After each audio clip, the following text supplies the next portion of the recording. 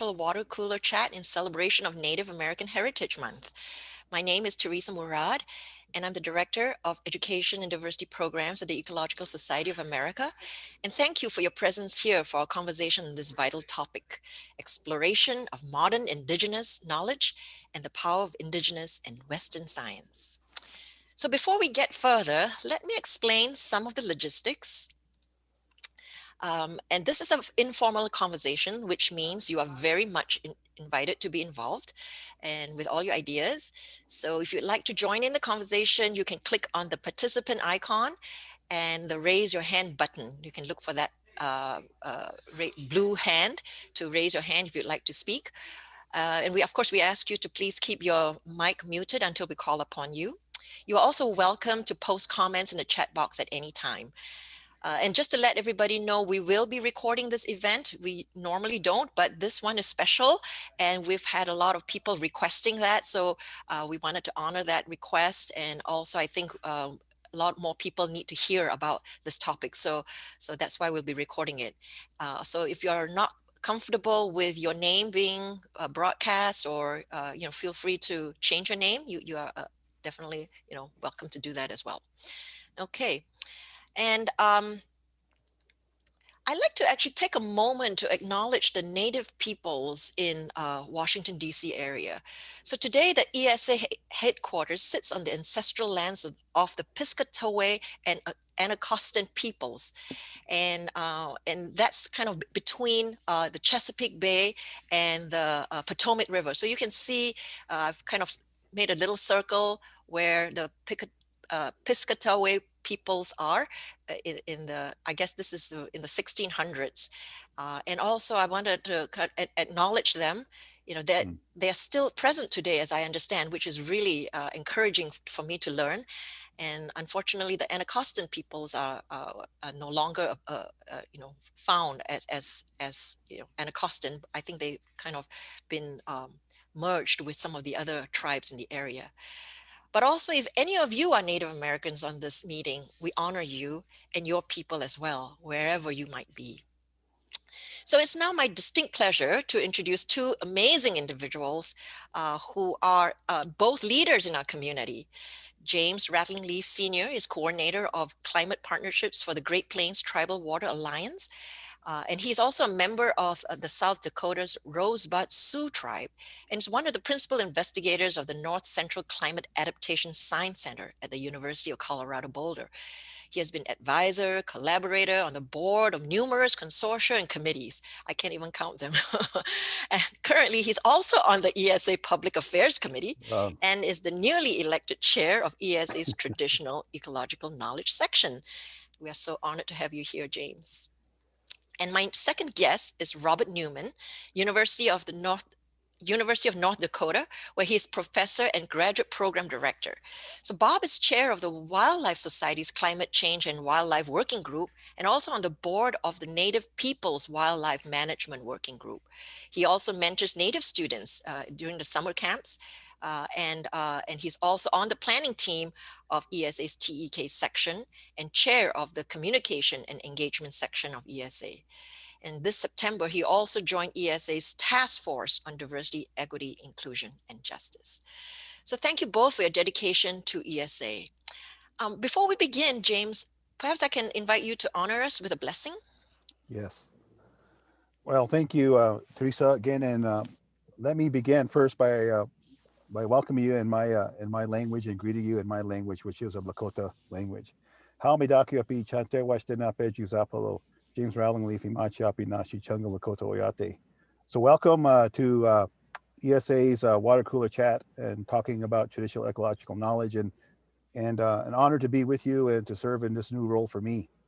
And as I think about this new responsibility to be the section chair, you certainly want to bring you all into this conversation, and starting this maybe new era, if you will, and working with indigenous people. And when I think about that, I think about how we begin our meetings, and when we come together like this, whether it's virtual or in person, it's important that we acknowledge each other in a good way, in a respectful way, And so I have a good friend. I hope she's with us today.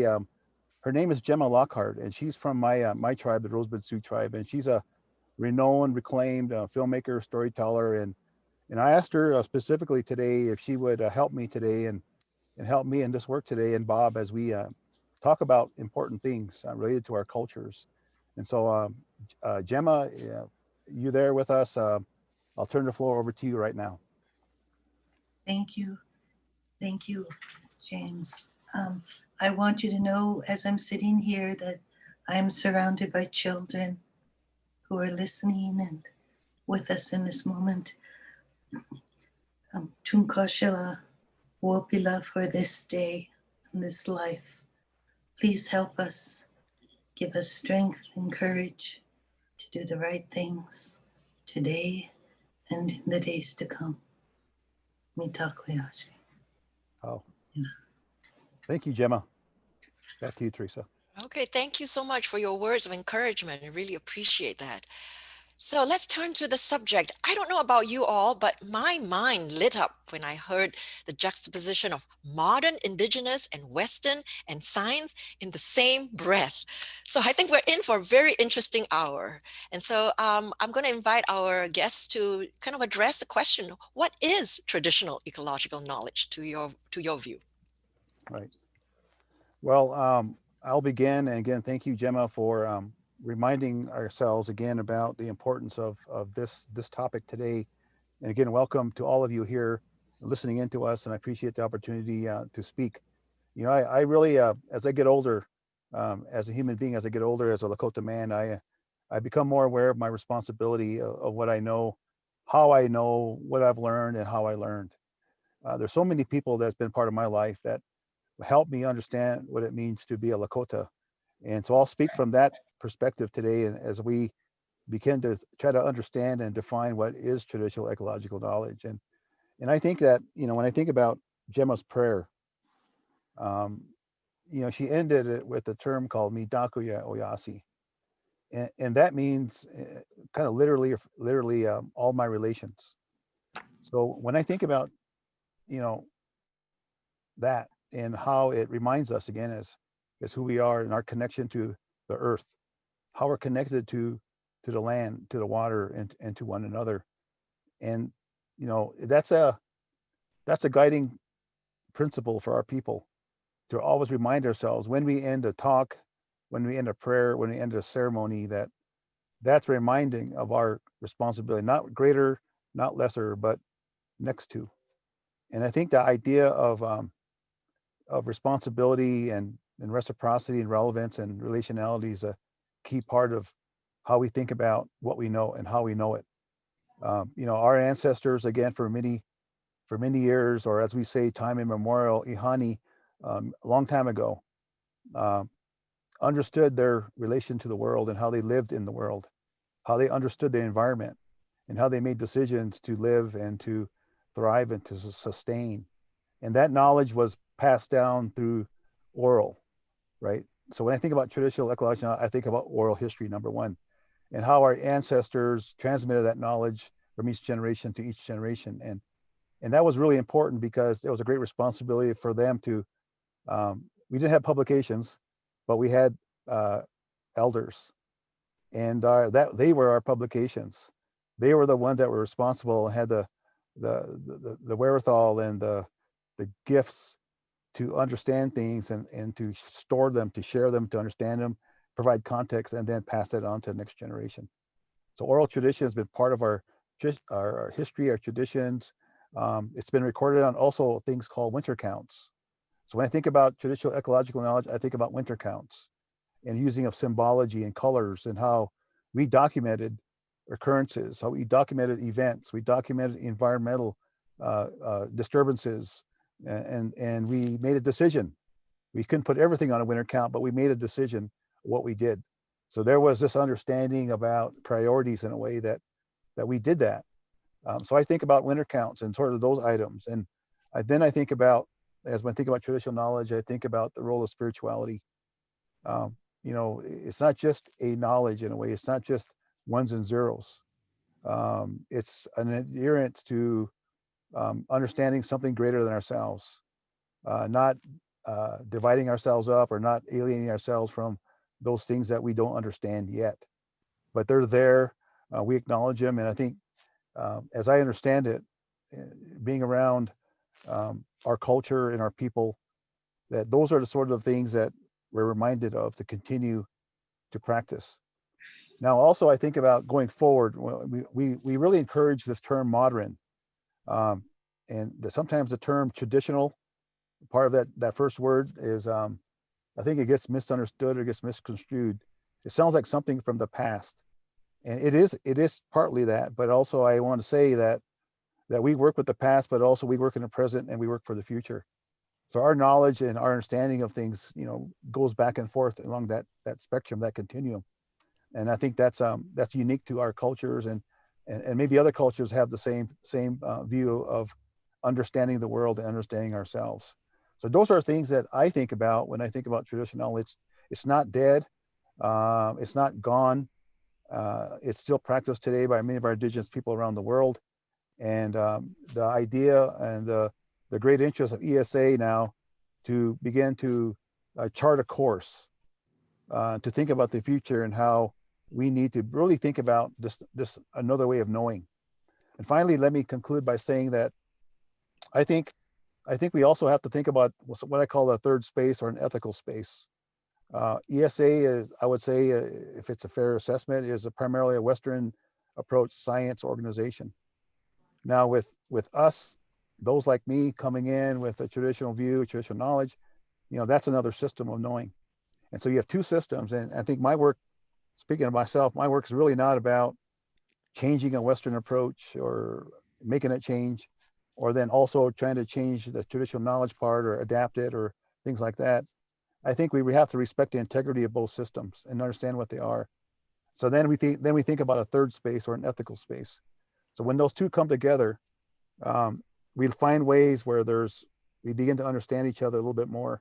And then in that understanding, then we can find places where we can work together. And that's where I think in terms of what I'm going forward, what I want to do in this work, but also other work, is to really promote that idea. And I have a lot of great colleagues in the First Nations in Canada who are working on this idea of ethical space. So it's not a unique idea to me, but I really think that to make progress where we can really solve and really develop solutions to our real serious problems that impact all of us, I think ESA really is a position now to really begin to think about this, to address this, but also promote the idea and to bring other people in.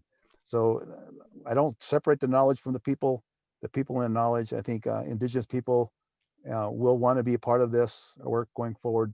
And so we want to create an environment, a place, a safe place, a dynamic place, an encouraging place for all of us to come together to do work. So I'll stop there with my open remarks. Thank you.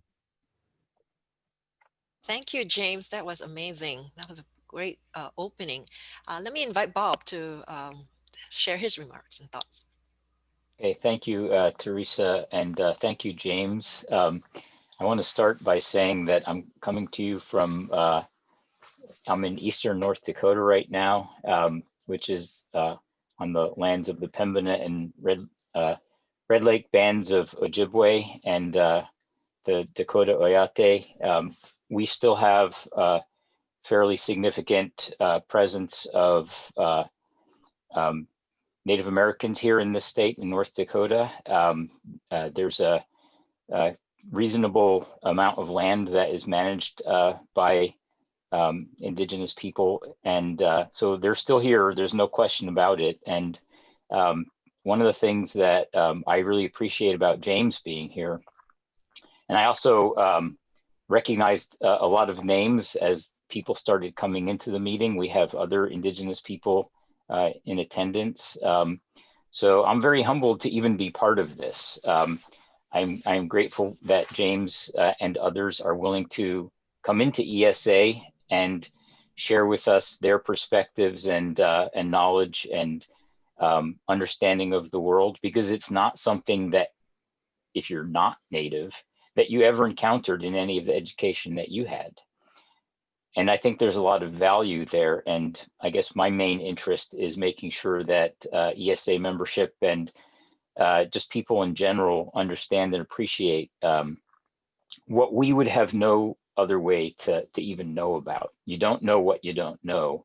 And until I moved to North Dakota, I did not realize, I didn't have any sense at all of the depths and breadths of Indigenous knowledges. And I'm still learning. I still have a lot to learn. I hope to continue learning.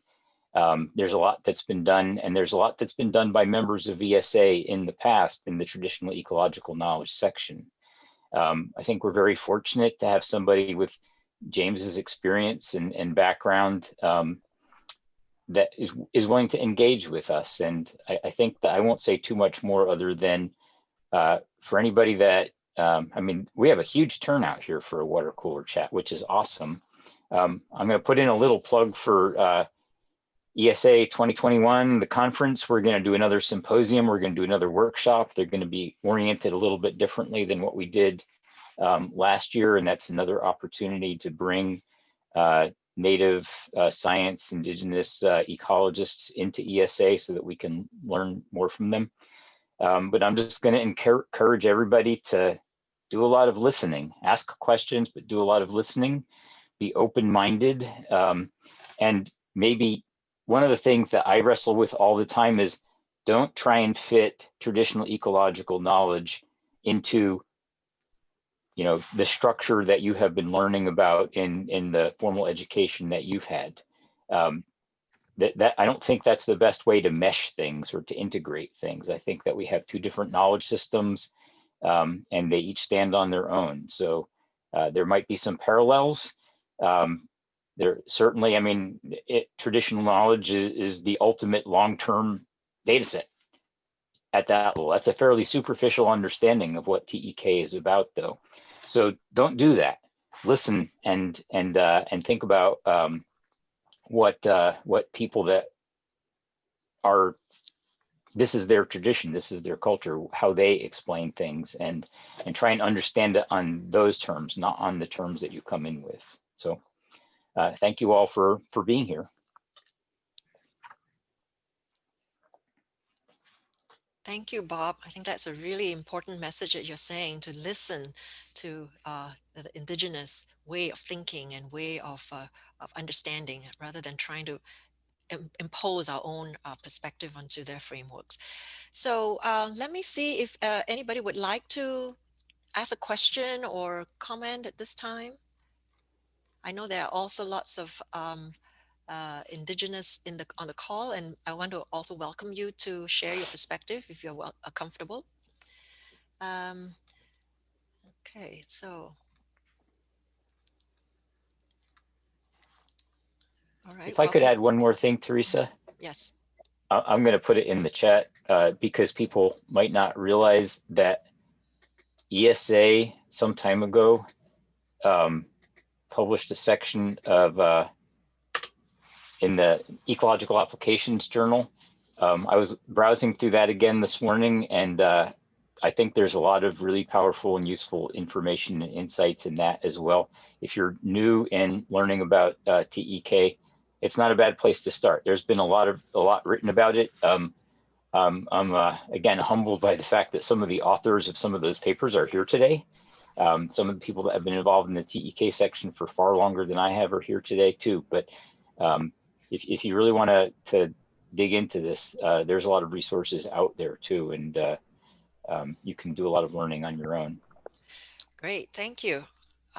Yes, I think that's also a very important idea about this water cooler chats is, you know, if people have resources that they would like to share, you know, if you've already been incorporating traditional ecological knowledge in some of your work, you know, definitely feel free to share, you know, any resources, articles, ideas that you might have. So I guess one of the things that we were trying to get at with this water cooler chat is on the topic is how does the power of Indigenous knowledge contribute to Western science? I think that's sort of one of the things that we are you know, trying to articulate. So James, maybe I can turn to you to, you know, speak to that. What do you see as the power of Indigenous knowledge in Western science? Well, I think you know, this one thought is, again, I'm anxious to hear other other folks on the meeting today about this question. I guess I would just offer one idea to that question is really is the role of languages, the role of indigenous language in this. I think we've been told, since time immemorial that the languages are the conduit to understanding and how we share our understanding of the world. And we're facing a great challenges in the world today of losing our indigenous languages. And so when I think about power, and that's a word we use for, at least to stimulate discussion today, is I think when you see and Miss Liz and seeing Miss Lockhart's children with her, that's what I think about in terms of how there's a power is those young people now that they can learn our languages and begin to work with those languages, and there's the connection to our elders, our knowledge holders. There's the connection to the things that's been documented about our people through archives, and there's a lot of stories there. There's a lot of information there now that's been documented through the years about our people. Some of those things are in our own indigenous languages, some of our recordings. So I really think that to really think about how we really strengthen the knowledge, I think we have to really make a concerted effort to protect and sustain our indigenous languages. Thank you. I see a comment from Eileen, I think it is. Would you like to speak? I see you don't seem to can't find your little blue hand, but you're welcome to Yeah, speak. Yes. I don't have my little blue hand, so thank you. I'm wondering if both James and Bob and others who are here looking at me from their screens might want to discuss the possibility that both TEK and Western science tend to now take a systems approach, focusing on the relationships among elements of the environment as well as elements of people, groups of people. And I'm wondering if that helps us find that common space, that new space that James was talking about.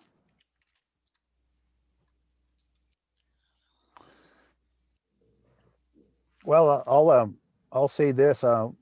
Thank you for the question, Eileen. Good to see you and hear you as well. Thank you for being here. I think that's a good question. I think that the approach, as I see it, what I've been learning and how we've been able to, for instance, look at the impact of educational on our people. When I think about us really understanding what happened to us in terms of how education was brought to us, a Western form of education, and how for many years now we've been trying to understand the impact, but also put us on a chart for positive educational experiences. I think about the tribal colleges. And when I think about I come from the tribal colleges as a student, as a graduate, but also I worked there at Santa Gleshka for 8 years. And it was always the importance of holism, really understanding again the role of the community, the role of the student, the role of the tribe, and the role of the education institution. I think those kind of approaches are workable, are working, and they just need more support. Again, I'll say this to anybody else listening, a great investment is in tribal colleges, and we have 35 plus tribal colleges across the country. And so they have an approach, they have a system approach. They look at everything. They look at, they don't sort of separate the different domains into segments and things like that. They really think about the person, the whole person, and try to work around that person to help them prepare them. So that would be my response, is the tribal colleges are one model of how we can look at that system approach. James, you mentioned there's a role of community and a tribe, but can you give a specific example that might kind of illustrate what you see working or happening? Well, I think that so I'm from the Rosebud Sioux Tribe, and there was just this announcement came out a couple days ago, and I shared it with all my networks. It's called the Wolakota Project, and it's the I would say the restoration of bison again to the Rosebud Sioux Tribal Reservation lands. I think it's 26,000 acres now that's been designated for a new buffalo herd. And so what that means to me is that, again, the tribe, the community, the university, and the students, and everybody involved in this agreed and supported this idea, again, of a larger scale approach to bringing the buffalo back together again. And so what that means, in my mind, what that means to us is that we're restoring, we're strengthening, but it's also for us. Somebody said that as the buffalo goes, so does the American Indian. I think there's some really interesting things that we can talk about in terms of what that is. But we know that the buffalo, from our good ecological friends here, we know that they have a positive impact on the landscape. They're sort of indigenous to the northern Great Plains. They do these things that help support species, and so to me that's an example again of how we can bring different ways of knowing to really address something that's really important to the community and to the tribe. So that'd be one idea again, but the project name is really interesting, right? It's called Wolakota. And really that's a really heavy duty name in our culture. It's really about peace. They use that term a lot when peace was achieved between conflicting people or conflicting entities.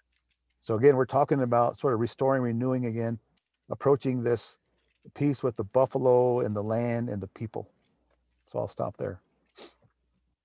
That's really interesting. Thank you, James. Bob, would you like to comment?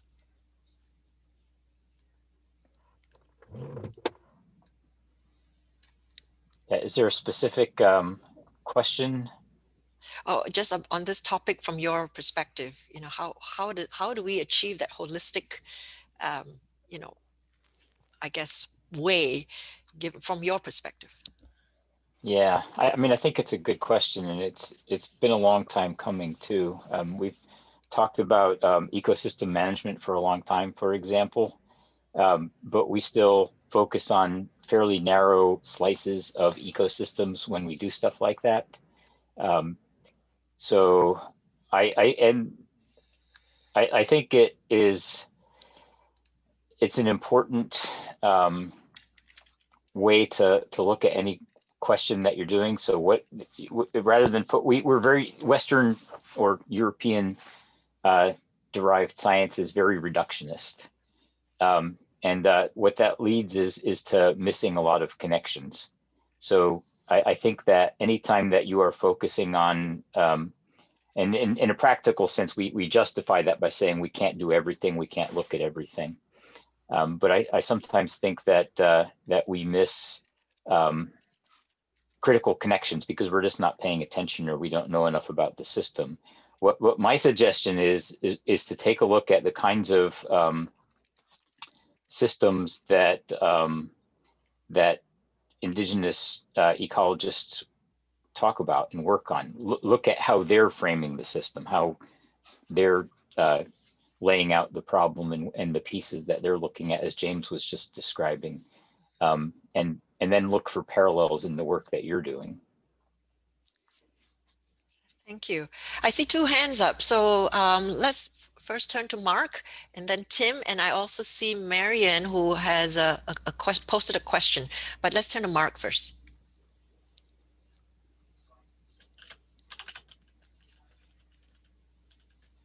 Mark Junker, are you with us? Hopefully.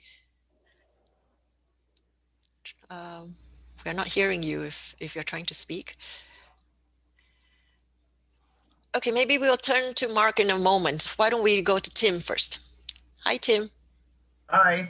I'm so thrilled to see this renewed vigor in the traditional ecological knowledge section.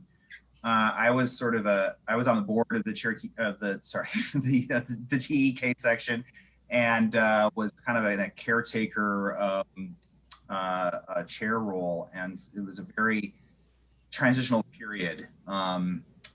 And so I'm so thrilled to see you guys being so active these days.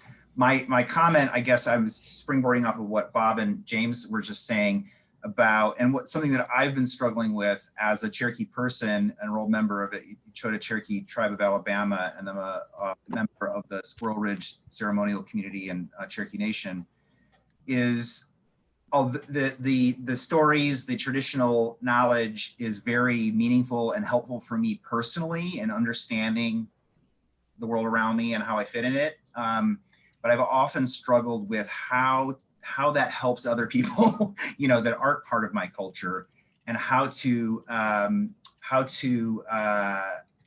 share that in a way that would speak to people who aren't Indigenous and don't have that personal connection, right? But as Bob was talking, I was thinking that, well, about the holism, I thought, well, you know, there's been this debate of holism and reductionism for decades in ecology, and so what's different? And so maybe it's the, like what you said, Bob, was seeing connections that other people don't see. I think is maybe you didn't say that exactly, but that's what I kind of heard and perked up about. A part of holism is, of course, being, you know, whole, and I think that what sparked in my head was those stories that I've learned from my culture help me see connections that maybe others aren't seeing, and maybe that's our stories are. So we have our knowledge is held in those stories that James was talking about that are passed down, and there's knowledge in there that help us maybe see some things that others aren't seeing. Oh, Tim, you've muted yourself for some. Yeah, try again. I don't show myself muted. Yeah, you just unmuted again, so that's good. Oh, okay. Yeah. What? I guess I don't know how long I was muted, but what I'm trying to say is, although my stories from my culture help me, and maybe see some things that maybe other people aren't seeing, I don't know how relevant it is to those other people outside of my community. And what, do you have any insights about how to take that and then help the rest of, you know, help Western science, the Western culture see those things? Yeah, I think that's, I want to let James respond to that, but I'll tell you from my perspective, this is one of those things. It's like, for a long time, I did not realize that other people can recognize voices on the phone. I couldn't. I asked my dad one time, finally, how he knew it was me, and he said, because it sounds like you. And the thing is, you know, from my perspective, I just think the way I experience the world and I see things is normal. And we probably all do that. And I think what you were just saying is really true. I think that examples that I've seen where people, I mean, you might think something is really obvious. You grew up with it, you've heard the stories, you see the connections, and other people are blind to them because they don't have your eyes and your experience. And just sharing stories like that can be really helpful for the rest of us to just realize that there's more to see. The one example that I'll mention, because it's probably one of the first ones that people encounter if you have like my kind of background, and that's braiding sweetgrass, where Robin Kimmerer is going through examples of things that she thought were obvious about, say, the communities of flowers and what attracted pollinators, and, you know, some of the other stories that she was talking about in there. And you start to think, why isn't this obvious to everybody else? I mean, I mean, that was kind of the way that the undertone of what she was saying in there. And if you don't know that there's a connection, you might not be looking for it. So I think that there's probably a lot of really important interactions that are contained within that, you know, the cultural traditions that the rest of us aren't even aware of. And the more stories we hear, the more we're going to be able to kind of develop that sense for looking for them. Well, I would say that you know, I think it's really a issue or a problem-based approach to how I think about that. Because you asked a question, if I understand it correctly, that, you know, how do we share this traditional knowledge with others that maybe don't know it or don't grow up with it? I think that, you know, because of our world today, the complexity of our world today, the built environment of our world today, you know, we're seeing the impacts of like fires. So I think about fires in California, and then I hear for the first time on the media and newspapers and blogs and tweets about traditional knowledge about the tribes in California who really have done a good job in how to manage fire and manage the lands and the forests. And then they talk about traditional knowledge, traditional ecological knowledge, as part of that story. And so I'm wondering what's going to happen there. I'm wondering, who's gonna bring people together in California when we know that the impact of the fires probably has been the greatest has ever been. And so I think that people sometimes will have to confront, their own, as Bob said, whether they don't understand or they don't understand well. I think I talk about learning and I'll talk about unlearning. So I think it's all our in a way responsibility to provide places for people to learn those things. And I think the fires and those sort of impacts where it gets everybody's attention, and then everybody doesn't know what the answer is. So what do we do? What do we do? Is it policy? Is it science? Um, for the first time in my life, I haven't heard the word science be mentioned in mainstream news in my whole life. People are saying the science this, the science that. So the word's getting out in a way, as I see it. People are talking about this, and I think that big impacts like fire is changing the conversation again, because people are like, well, what do we do? And I think even though we have all this science and all this technology and all this data now, we have to ask ourselves a question again, how come things aren't getting better? How come things aren't, are we really doing what we need to do with what we know right now? Or are we waiting for some kind of a new model, or a faster processor, or a bigger cloud, or Elon Musk to save us? Um, I don't know. Maybe we need an indigenous Elon Musk. Okay, thank you. We have quite a number of hands up. So, Mark, I want to see if you're back with us. Yeah, I apologize for that. Can you hear me now? Yes, go ahead. All right, man. My name is Mark Junker. I'm the travel respondent for Nebraska, and been working a lot with some of the climate change and resilience issues and incorporating traditional ecological knowledge. And it seems like we keep running across the same kind of problems, and everyone wants to refer back to a system that's sustainable. And I think it kind of flies in the face of traditional ecological knowledge to keep using something at a rate that is not sustainable. And I was wondering if a take on how sustainability can fit in with traditional ecological knowledge. Mark Junker, good to hear from you. Good to see you. Thank you for your question. Hope things are well in your part of the country. Mark's a friend of mine. He also asks me hard questions. Mark, I don't have an answer, but I'll just make one up. No, in all seriousness, I think that you asked the right questions. I think sustainability obviously is an important concept. I think we do share the idea that really defining what that means for each individual tribe is important. I think sometimes we want to say, and I think I also want to say this again, that each tribe is unique in itself. So when we talk about traditional knowledge, we have to be very careful and very specific what we're talking about. In particular, are you talking about your people down there in Nebraska and Kansas, or am I talking about my people here and how we look at the issues that you just raised? I think that the tribes in our part of the country now are investing in climate adaptation planning. The Bureau of Indian Affairs has made an investment in tribes now to fund, I think, pretty decently for tribes to, if they want to, is to work on climate adaptation and to do that planning. And I think it's moving in the right direction. Obviously, the next question would be is, how do you fund implementation of those good ideas? And that's still, I think, in front of us.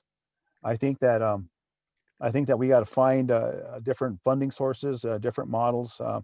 I know at the University of Colorado we have a finance program within the law school, and they're looking at investments, partnerships, to fund, for instance, renewable energy projects on tribal lands.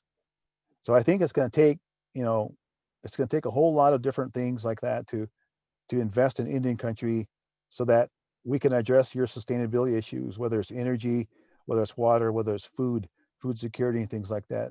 I think the other part of your question, it would be, is food sovereignty.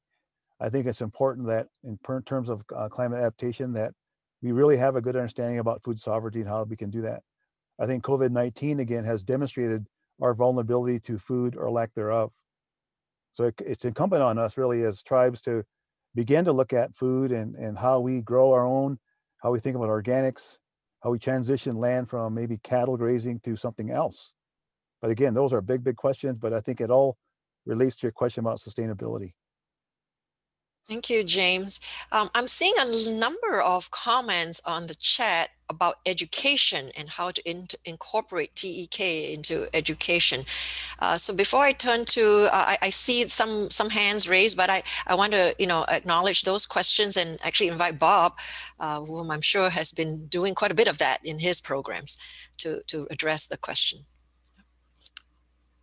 Well, I think that James is probably even a better person than me to address something like that. I think it's an important question, though, and one of the things that I think I've seen in some of the comments is we need to be respectful of the knowledge holders in this case, and make sure that if we do bring Indigenous knowledge into the classroom, which I think our ecology education would benefit from that, but I don't think we've really had the discussion on the best way to do that respectfully and appropriately.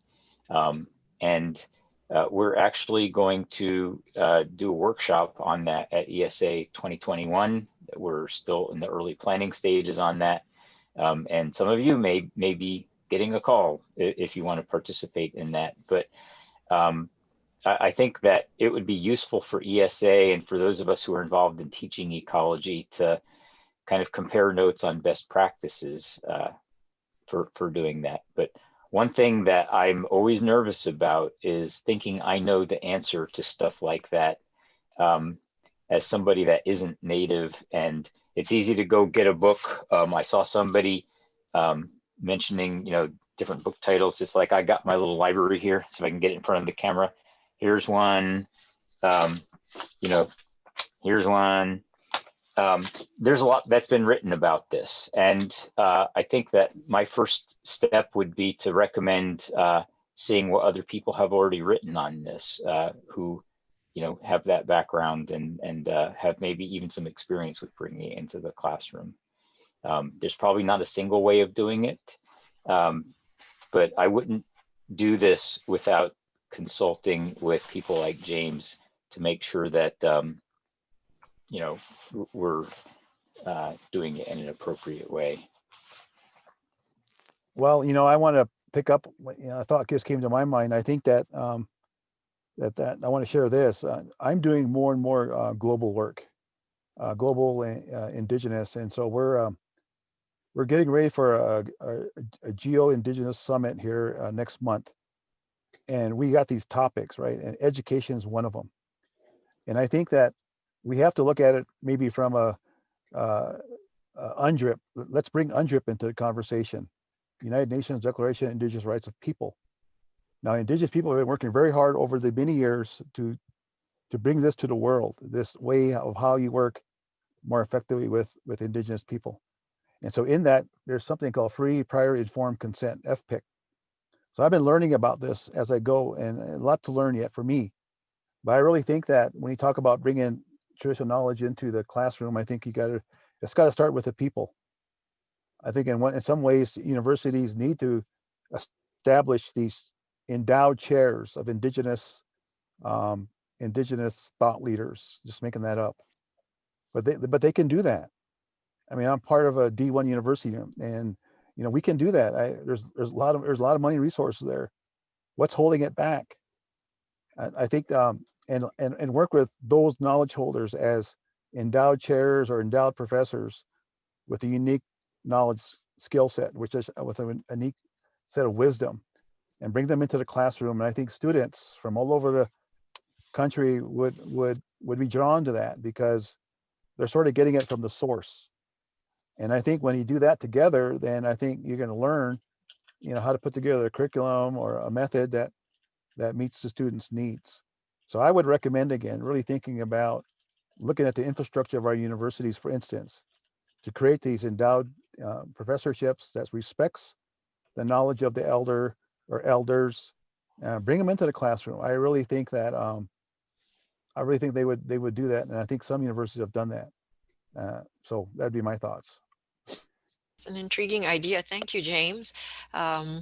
So let's turn to our folks who would like to speak. Lynn Fletcher. Yes, go ahead.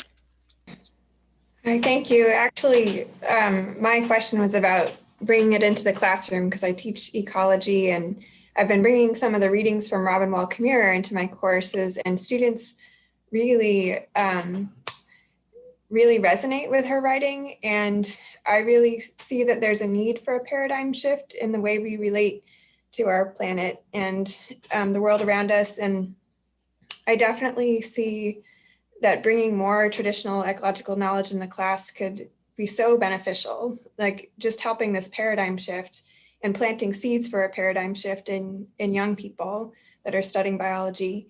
So I appreciate the comments that both James and Bob mentioned, and I look forward to the next meeting, and hopefully I'd love to attend that workshop. So this is a great meeting today. Thank you very much.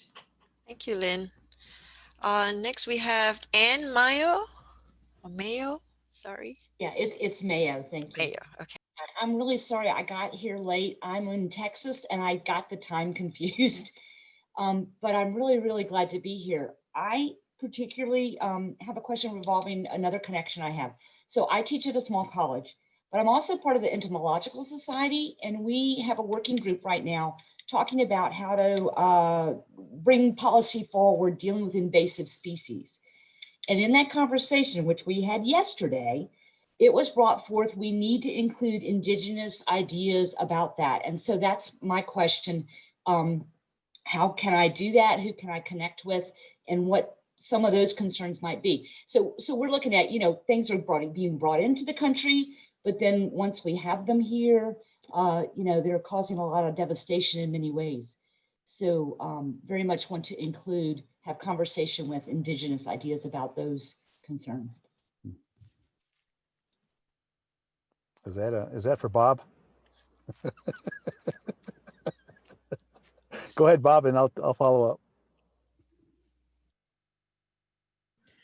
Good afternoon, if I may. Can you just one moment? I think Bob is trying to speak. If you would like to raise your hand, I don't know who spoke actually. But, well, Bob, why don't you go ahead? You're muted, Bob. My computer told me that too. It's smarter than me. I think that there's a lot of examples out there of bringing TEK into whatever kind of work is being done. You certainly see it in the climate change space, and you see it in wildlife management, for example. I think I've seen examples in dealing with invasive species as well. So I would see what other people are doing, and see how they're interacting with the traditional knowledge holders. One thing that occurs to me is that the U.S. Fish and Wildlife Service and Forest Service and National Park Service all have tribal liaison programs, or people that interact with tribes, and they have documents online that I'll try and dig up and put in the chat as well. We had Kim Green was one of our speakers at the symposium this past year, and they have handbooks on how to interact with tribes and how to interact with traditional knowledge holders and what they do with that information and that sort of thing. So I think there's a lot of examples out there for how to go about doing that. Okay, thank you, Bob. Teresa, can I respond to that question? Yes, of course. I think, one thing that could be helpful as a practical way is that if you noticed, or if you're aware, there was a document called Guidelines for Incorporating Traditional Knowledge into Climate Change Work. And that was done by a series of esteemed Indigenous researchers and leaders. So that was for sort of a specific area, but I would encourage you to really think about doing the same thing. Really think about, bringing together those kind of entomologists. If you talk about entomology, and even where you're at, I think you said Texas. I think it do well if you would just sort of begin to think about, as an Aboriginal territory, as an Aboriginal homeland, who were there before the state of Texas. It'd really be interesting if you would first you find that out, and then begin to make into some forays into identifying those groups that were there before Texas. I think those kind of guidelines are real helpful, because then it gives people a place to start, and gives a positive direction in terms of what you do and maybe what you don't do. I think it forces you really to find out those sort of experts in that field from Indigenous background who you can work with, and then you're giving something. You also have to remember one of my 4 R's is reciprocity. If you want something, you gotta give something in return.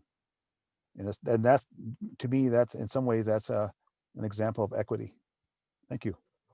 Thanks, James. I've been informed that it was Christine Whitehorse who wanted to speak. Please do. I'm sorry, I didn't realize that you wanted to speak. Go ahead. Good afternoon, everyone. My name is Christine Whitehorse. I am a student at the University of Idaho. I'm new to the area, originally coming from the Navajo Nation. So real briefly and quickly, I'll introduce myself in my own language. Yat Eshe Christine Whitehorse in Shia Katnasan in Shlo A Twitch Eat Me Bashashin with A Stan. Just a translation of what I just said. Of course, my name, where I'm from, my clan, my paternal clan and maternal clan, and we are of the Society of the Maternal Clan. We promote that. So this all, some ideas that you are all talking about already connects to my clanship that I just shared. So Western education resorts to paternal clan at all time, that they are the hierarchy. Whereas in our society, our hierarchy is our maternal. So that's the difference right off the back about my identity, and the difference between what we are talking about today. And then also the comment that I wanted to input is about Indigenous or the invasive species that the gal had just recently pointed out. I just finished doing a research on invasive earthworms. And that's an interesting topic. And I think one of the reasons why, after doing this research, is that we were talking about watersheds, groundwater, surface water, the pollutants of how many factors of pollutants there are to all of our water quality, our drinking water, our surface water. All that pertains back to human, and that's one of the main stories in our perspective as Indigenous people.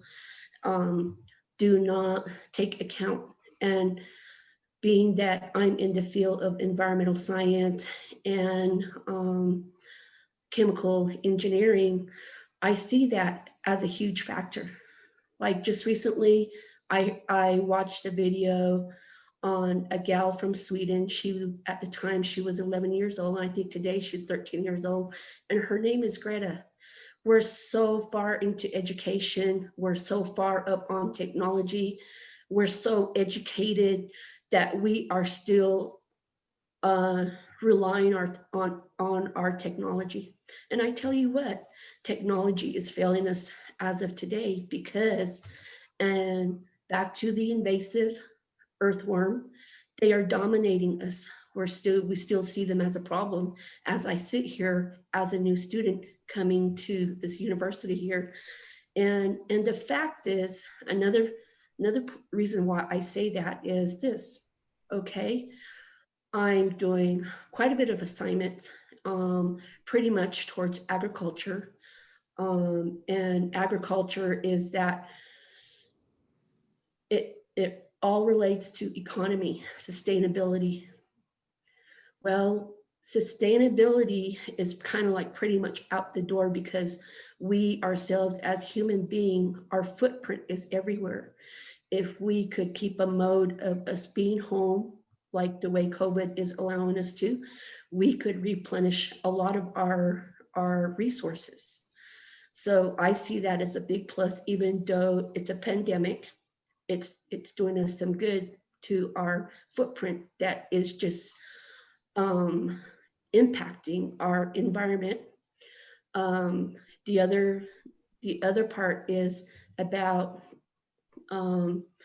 where invasive species, back to the earthworm, is that an example is that we human beings, we go to the store and we pick up fish bait because we are into activities that just dominates us, and we want to be entertained. We want to be entertained out on our recreational areas. However, we don't realize that we're impacting our water bodies. And we are doing that by bringing this invasive earthworm, using them as bait, reeling them out so we could dominate fish because we're so competitive.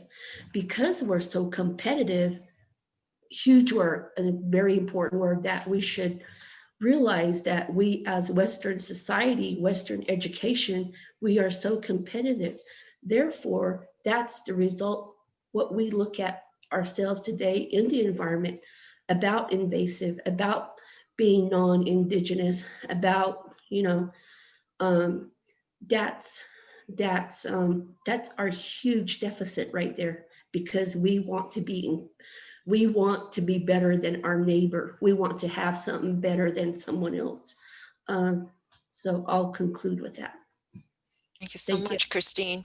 Yeah, it certainly sounds like we have a lot of work to do. I mean, I think once we start diving into what traditional ecological knowledge really means, it seems like we really need to reevaluate practically everything that we do, right? In terms of how our mindset, our research, the way we relate, the way we collaborate, the way we bring in different voices to the table, even the way we consider our lifestyle, I guess, because at some point that's what we're really talking about when we talk about sustainability.